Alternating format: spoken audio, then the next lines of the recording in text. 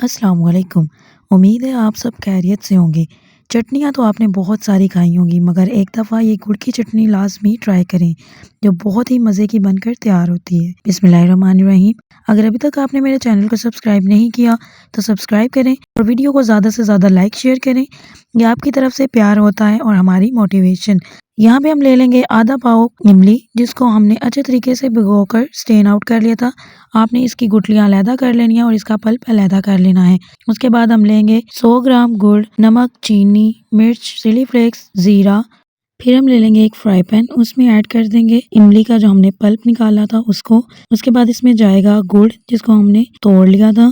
फिर इसमें शामिल करेंगे 4 चम्मच भरकर चीनी, आधा चम्मच ज़ीरा, 1 चम्मच भरकर नमक और 1 चम्मच सिरका, आधा चम्मच सुरख मिर्च पाउडर और आधा चम्मच ही रेड चिली फ्लेक्स। इन तमाम अज्जा को शामिल करने के बाद इसको हम अच्छे तरीके से पका लेंगे।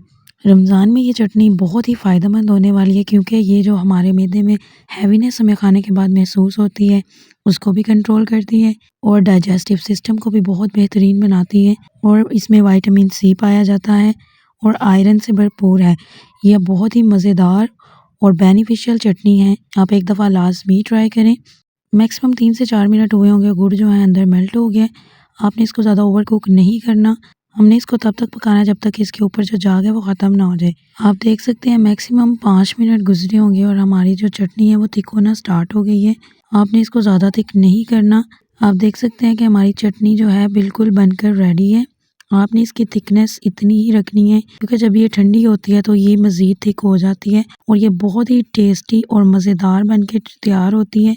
अपना बहुत सारा ख्याल रखें। मिलते हैं अगली वीडियो में एक न्यू रेसिपी के साथ। अल्लाह हाफिज़।